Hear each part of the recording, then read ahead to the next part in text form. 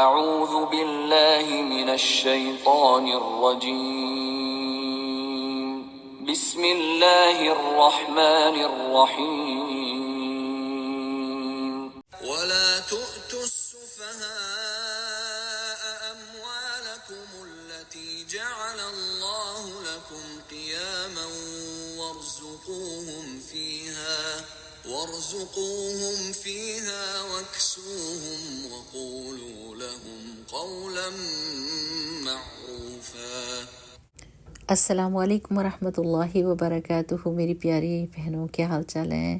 اللہ سبحانہ و تعالیٰ سے دعا ہے کہ اللہ تعالیٰ ہم سے دین کی خدمت کا کام لے لے، قرآن کی خدمت کا کام لے لے، اور اللہ سبحانہ و تعالیٰ اس خدمت کو قبول کرے اور ہماری زندگیوں میں سکون اور اطمینان آ جائے اور قرآن کا نور آ جائے، ہمیں اچھے برے کی، حلال حرام کی پہچان ہو جائے اور زندگیاں ہماری آسان ہو جائیں۔ آمین آمین آمین۔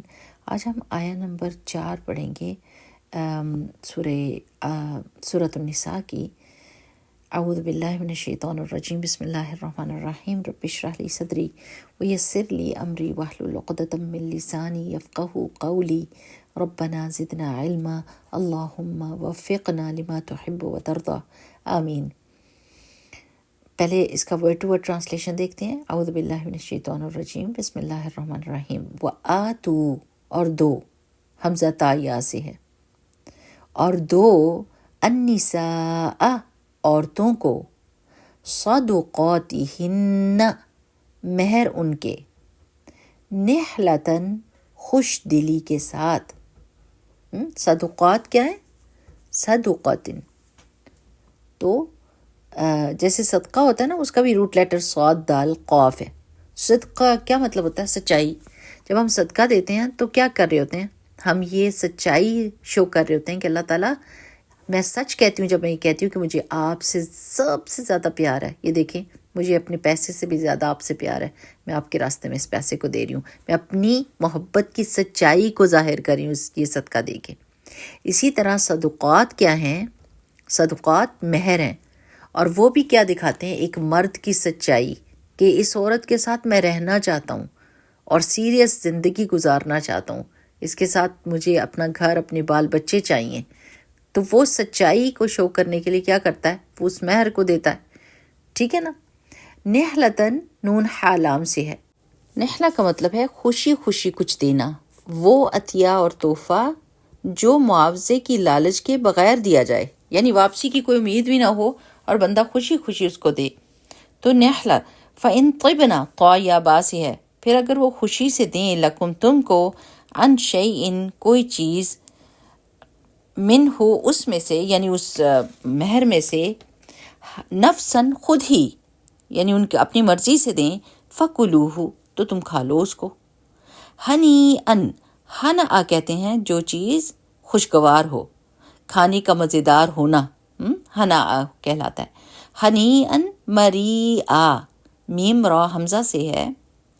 مرا جو ہے نا حلق کی وہ نالی جو حلق سے معدے تک جاتی ہے، یعنی وہ چیز جو زود ہضم ہو، آسانی سے ہضم ہو جائے، تو مزے لے کر کھاؤ، خوشگوار طریقے سے کھاؤ۔ والا، اور نہ، تو تم دو، السفہاء، بے وقوفوں کو، ناسمجھوں کو، اموالکم، اپنے مال، اللتی، وہ جو، جعل، بنایا، اللہ تعالیٰ نے، لکم، تمہارے لیے، قیاماً، قیام کا ذریعہ، یعنی کھڑے ہونے کا ذریعہ، قاف واو میم سے ہے، قیام۔ ورزقوہم، تو رزق دو ان کو، یعنی ان کو نان نفقہ دو، کھانا پینا دو، کپڑا وغیرہ دو، فیہا، اس میں سے، یعنی اپنے مالوں میں سے، وکسوہم، اور پہناؤ، کاف سین واو سے ہے، پہناؤ ان کو، وقولو، اور کہو، قاف واو لام سے، لہم، ان کے لیے، قولم معروفہ، بات بھلی۔ اب اس کی رننگ ٹرانسلیشن دیکھ لیتے ہیں۔ اللہ تعالیٰ فرماتے ہیں کہ نیز عورتوں کو ان کے مہر بخوشی ادا کرو، ہاں اگر وہ اپنی خوشی سے اس میں سے کچھ تمہیں چھوڑ دیں تو تم اسے مزے سے کھا سکتے ہو، اور نادانوں کو ان کے مال واپس نہ کرو جسے اللہ تعالیٰ نے تمہارے لیے سامان زیست کا ذریعہ بنایا، ان کے مال سے انہیں کھلاؤ بھی اور پہناؤ بھی، اور جب ان سے بات کرو تو اچھی اور ان کے فائدے کی بات کرو۔ اب یہاں پر آ گئی ہے مہر کی بات، اور مہر کے بارے میں بہت سارے لوگ، کوئی تو ایک طرف حد پار کر جاتے ہیں، کوئی دوسری طرف حد پار کر جاتے ہیں۔ ایک بات کلیئر ہونی چاہیے، مہر ایک تحفہ ہے جو آدمی شادی کے اوپر اپنی بیوی کو دیتا ہے، وہ عورت کا ہوتا ہے، مرد اس سے دوبارہ سوال نہیں کر سکتا وہ کہاں ہے، کیا کیا اس کا، کیونکہ وہ ایک تحفہ ہے، دے دیا تو دے دیا بس۔ اور اس کی جو پرائس ہے وہ کیا ہے، معروف طریقے سے جیسا زمانہ چل رہا ہے ویسے اس کی قیمت ہوئے گی۔ رسول اللہ صلی اللہ علیہ وسلم نے اپنی بیویوں کو کافی سارا مہر دیا تھا۔ اب یہ دیکھ لیں کہ مہر زیادہ سے زیادہ بھی ہو سکتا ہے اگر آدمی جو ہے وہ امیر ہے، اور مہر کم سے کم بھی ہو سکتا ہے، لیکن اتنا مشکل مہر نہیں لگا دینا چاہیے کہ شادی ہو ہی نہ۔ یعنی ہم دیکھتے ہیں کہ بر صغیر کے حصوں میں یا کچھ ایسے ملک ہیں جہاں پر لڑکی کا مہر اتنا زیادہ رکھ دیا جاتا ہے کہ لڑکے اس کو میچ نہیں کر سکتے، اور لڑکیاں بوڑھی ہو جاتی ہیں، لڑکے کہیں اور شادی کر لیتے ہیں اور لڑکیاں بوڑھی ہو جاتی ہیں لیکن کوئی مہر دینے والا ہوتا نہیں ہے۔ اور کچھ علاقوں میں ایسا ہوتا ہے کہ مہر بڑا رکھ کے اور ماں باپ وہ مہر لے لیتے ہیں اور لڑکی کی شادی کر دیتے ہیں، وہ بھی غلط ہے، وہ ماں باپ کا حصہ ہے ہی نہیں۔ یا پھر تیسری صورت یہ ہوتی ہے کہ وہ ادلے بدلے کی شادی کرتے ہیں کہ آپ کی بیٹی ہمارے گھر آ جائے اور ہماری بیٹی آپ کے گھر چلی جائے، نہ آپ کا بھائی اس کو دے اور نہ ہمارا بچہ اس کو دے، یعنی لڑکے مہر نہ دیں، بس مہر ادلے بدلے کی شادی کر دیں۔ یہ بھی بالکل غلط ہے، رسول اللہ صلی اللہ علیہ وسلم نے اس سے منع کیا ہے، جیسے ہم وٹے سٹے کی شادی کہتے ہیں نا۔ اچھا، زیادہ سے زیادہ مہر تو کچھ بھی ہو سکتا ہے، دینے والا خوشی کے ساتھ دے، بس یہ بات ہے، اب مشکل میں ڈال کے زبردستیاں کر کے نہیں لینا چاہیے۔ اور کم سے کم مہر کے بارے میں ایک حدیث آتی ہے کہ ایک شخص آیا اور اس نے کہا کہ اس عورت سے میری شادی کرا دے، تو رسول اللہ صلی اللہ علیہ وسلم نے فرمایا کہ مہر دینے کے لیے تمہارے پاس کوئی چیز ہے؟ اس نے کہا کہ میرے پاس تو یہ چادر جو میں نے لپیٹی ہوئی ہے، اس کے علاوہ میرے پاس کچھ بھی نہیں۔ تو رسول اللہ صلی اللہ علیہ وسلم نے فرمایا یہ چادر تم خود لپیٹو گے یا اس کو دو گے؟ جاؤ لوہے کی کوئی انگوٹھی ملتی ہے تو وہ لے آؤ۔ لیکن وہ گیا اور اس کو وہ بھی نہ ملی اور واپس آ گیا۔ آپ صلی اللہ علیہ وسلم نے اس سے پوچھا کیا تمہیں کچھ قرآن یاد ہے؟ کہنے لگا ہاں جی۔ آپ صلی اللہ علیہ وسلم نے فرمایا کہ جو صورت یاد ہے وہی اس کو بطور حق کے مہر زبانی یاد کرا دینا۔ یعنی اب یہاں سے کیا پتہ چل رہا ہے کہ حق کے مہر یہ بھی ہو سکتا ہے کہ قرآن کی صورتیں اس کو سکھا دے اگر بالکل کچھ بھی نہیں ہے، اور اگر کم سے کم ہے تو لوہے کی انگوٹھی بھی مہر کے طور پہ دے سکتا ہے۔ اچھا، اب سوچنے کی بات یہ ہے کہ زیادہ سے زیادہ تو کوئی بھی کتنا بھی دے سکتا ہے اگر خوشی کے ساتھ دیتا ہے اور باہمی موافقت کے ساتھ یہ معاملہ ہوتا ہے تو بہت اچھی بات ہے۔ یہ نہیں ہونا چاہیے کہ لڑکا لڑکی کا آپس میں دل ہو شادی کا اور ماں باپ اتنا مشکل مہر رکھ دیں کہ لڑکے کو ادھار لینا پڑے یا مصیبت اٹھانی پڑے اور اس کا دل تنگ ہو۔ ٹھیک ہے نا، یہ بہت ضروری ہے، کیونکہ میں نے ابھی دیکھا ہے کہ کسی لڑکے نے قرضہ لیا اور وہ ہر مہینے اس کی قسط چکاتا ہے صرف اس لیے کہ اس کے سسر نے اتنا بڑا مہر رکھ دیا تھا، جس کی وجہ سے وہ تکلیف اس کو ہوئی اور ابھی تک وہ تکلیف اٹھا رہا ہے، وہ اس قرضے کی قسطیں چکا رہا ہے۔ اب یہ سوچنے کی بات ہے کہ یہ پاکستان، انڈیا، بنگلہ دیش میں یہ 32 روپے 50 پیسے والا مہر کدھر سے آیا؟ ٹھیک ہے نا، سوچنے کی بات ہے نا کہ یہ جو ہر وقت کہتے ہیں جی شرعی مہر رکھیں اور کہہ دیتے ہیں کہ 32 روپے 50 پیسے یا 32 روپے ہیں، یہ کہاں سے آیا؟ اور اس میں علماء یہ کہتے ہیں کہ لگتا ہے ایسا ہے کہ یہ حساب کسی عالم نے اس دور میں لگایا تھا جب ہندوستان میں 1 روپے کا 4 سیر دیسی گھی ہوتا تھا، ملازموں کی تنخواہ 2 روپے ماہوار ہوتی تھی یعنی مہینے کی، یا 4 روپے ہوتی تھی، سونے کا بھاؤ تقریباً 5 روپے تولے ہوتا تھا، یعنی اس وقت 32 روپے سے 6-7 تولے سونا آ جاتا تھا۔ اب صورتحال اتنی بدل چکی ہے کہ آپ کے 32 روپے سے تو کوئی فقیر بھی نہیں رہے گا، وہ بھی اٹھا کے منہ پہ مار دیتا ہے کہ یعنی اگر 100 روپیہ بھی دیں تو وہ بھی واپس دے دیتا ہے، وہ کہتا ہے یہ کیا دے رہے ہو، 1000 کا نوٹ دو، 2000 دو، 5000 دو، یہ کیا دے رہے ہو؟ تو چہ جائے کہ مطلب عورت کی جو ہے نا اس کو تکلیف پہنچائی جائے اتنا کم دے کر مہر۔ تو اس لیے یہ اس مہر کی کوئی حقیقت نہیں ہے، اس کو شرعی مہر جو کہتے ہیں شرعی مہر یہ ہے کہ معروف طریقے سے، یعنی وقت اور زمانے کے حساب سے جو روپیہ پیسے کا حساب چل رہا ہے اس حساب سے مہر دیا جائے، ٹھیک ہے نا، اور نہ تو اتنا کم دیا جائے کہ وہ عورت کے لیے ایک حقارت کی بات ہو، اور نہ اتنا زیادہ مانگنا چاہیے کہ مرد کے اوپر بھاری پڑ جائے. جیسے مرد کی 10-15 ہزار تنخواہ ہے اور اس سے کہیں کہ 1 لاکھ روپے دے دو، یا ایک گھر اس کے نام لگاؤ، یا اتنے تولے سونے دو، یہ نہیں ہو سکتا. تو مہر ایک فریضہ ہے جو نکاح کی ایک شرط ہے، اس کو پورے کیے بغیر نکاح پورا نہیں ہوتا. اب آپ نے دیکھا ہوگا کہ معجل اور غیر معجل لکھا ہوتا ہے ہمارے نکاح نامے کے اوپر کہ ابھی دیں گے یا بعد میں کبھی دے دیں گے، اور پھر میں کبھی بعد میں دیتے ہی نہیں. یہ نہیں ہو سکتا کہ نہ دیں. مہر ایک ضروری چیز ہے، دینی ہوتی ہے عورت کے ہاتھ میں.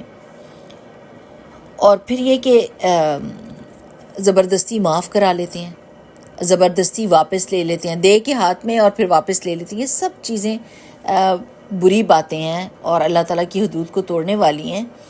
جتنا بھی مہر دیں خوشی کے ساتھ دیں، اور پھر بھول جائیں وہ تحفہ تھا. تحفہ تو کبھی بھی کوئی واپس نہیں لیتا. اور آپ کے نکاح میں آپ کی صداقت کی نشانی ہے کہ آپ سیریس ہیں اس عورت کے ساتھ زندگی گزارنے کے لیے، تو آپ وہ تحفہ اس کو دیتے ہیں. وہ ڈیزرو کرتی ہے اس چیز کو. کیوں؟ کیونکہ اللہ سبحانہ وتعالیٰ نے اس کو اس کا حق دیا ہے. دوسری آیت میں جو بات آئی ہے کہ نادانوں کو ان کے مال واپس نہ کرو، یعنی ایک تو بات یہ ہے کہ اگر لیٹس سے کوئی بچہ یتیم بچہ اور وہ آپ کی سرپرستی میں ہے، اس کا مال آپ کے پاس ہے، تو اب آپ کیا کریں گے؟ اگر وہ نادان ہے، آپ کو پتہ ہے کہ وہ تو پیسے اڑا دے گا، جب تک بڑا ہوگا تو اس کے پاس کچھ پیسہ نہ بچے گا. باہر جاتا ہے اور ساری چیزیں پیسے لٹا کے آ جاتا ہے، بری صحبت میں پڑ سکتا ہے، یا بری چیزیں خرید سکتا ہے، یا بری چیزوں کو دیکھ سکتا ہے اس پیسے کے ذریعے سے جو اس کے کھڑے ہونے کا سبب ہے. تو مت دیں اس کے پیسے، چاہے وہ مانگے بھی تو آپ کو پتہ ہے کہ یہ نادان ہے، یہ پیسے کو ضائع کرے گا، اور آپ وارث ہیں، آپ کو کوئی اللہ تعالیٰ نہیں پوچھیں گے. کیونکہ آپ کی نیت اس کی ہے اصلاح کی ہے. ہاں، اس پیسے میں سے ان کے کھانے پینے کا بندوبست کریں، ان کے کپڑے پہننے کا بندوبست کریں، اور یتیم کے مطالبے کے اوپر جواب میں کیا کہیں؟ قول معروفہ، اچھی بات کہیں کہ بیٹے انشاءاللہ آپ کو آپ کا پیسہ مل جائے گا.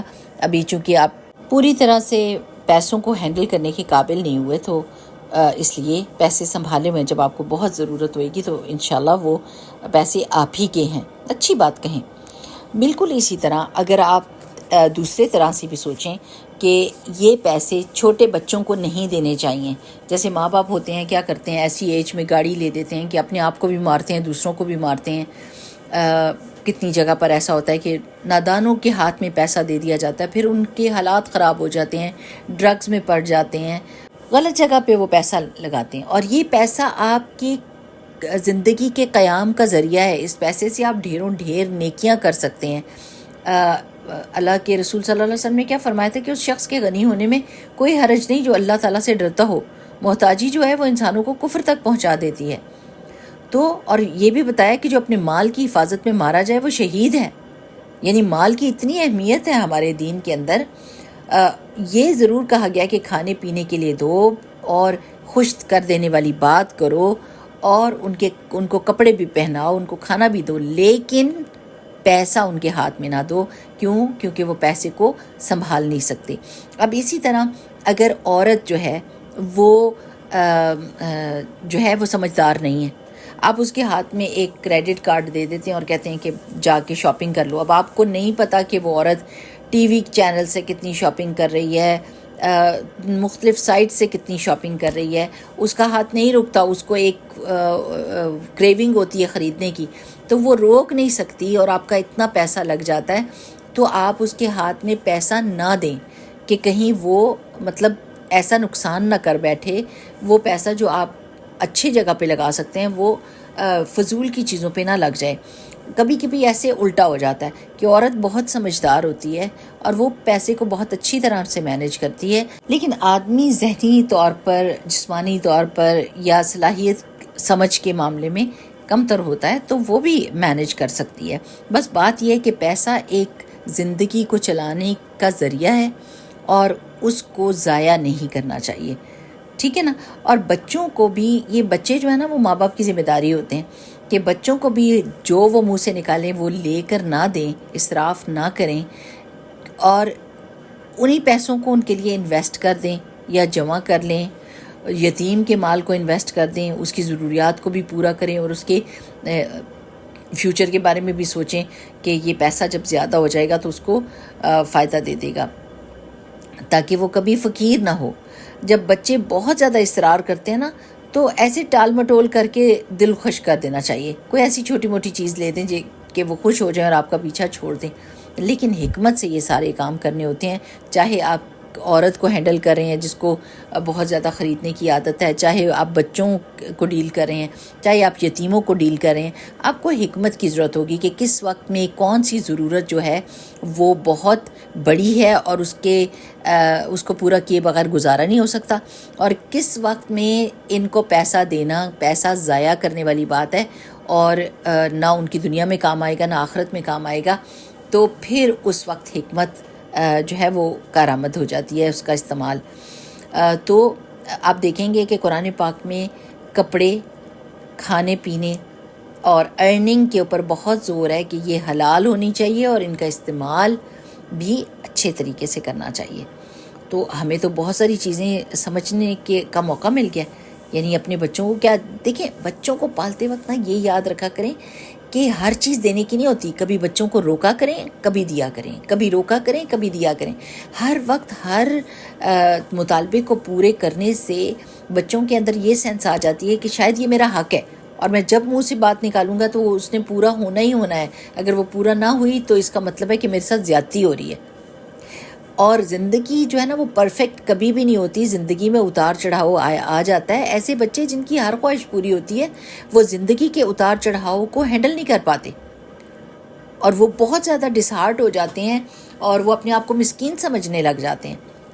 جبکہ بچوں کو ٹف بنانا تاکہ وہ زندگی کے چیلنجز کو فیس کر سکیں بہت ضروری ہے. جیسے زبیر بن عوام رضی اللہ تعالیٰ عنہ کی والدہ جو تھیں وہ ان کو اتنا مطلب ٹف بناتی تھیں، ان سے ایسے کام لیتی تھیں، ان کو ایکسرسائزز کراتی تھیں اور جو کچھ، کہ لوگ ان سے کہتے تھے کہ تم ماں ہو کہ اس کی دشمن ہو. تو وہ کہتی تھی آگے سے کہ یہ یتیم بچہ ہے اور اگر میں اس کو ٹف نہیں بناؤں گی تو دنیا اس کو کھا جائے گی، اس کو میں نے ٹف ہی بنانا ہے. تو سبحان اللہ کہ اگر آپ کی نیت جو ہے وہ صاف ہے اور آپ کو پتہ ہے کہ یہ پیسہ ضائع ہو جائے گا تو آپ نے حکمت کے ساتھ ٹال مٹول کرنی ہے، چھوٹی موٹی چیز دے دینی ہے، اچھی بات ان سے کرنی ہے، بھلی بات کرنی ہے. ان پیسوں کو انویسٹ کر دیں اگر یتیموں کا ہے، اور اگر اپنے بچوں کا ہے تو اس کو بھی ایسی جگہ رکھیں یا ایسی جگہ لگائیں کہ بعد میں ان کو فائدہ ہو، لیکن ان کے ہاتھوں میں نہ دیں کیونکہ وہ اس پیسے کو ضائع کرتے ہیں.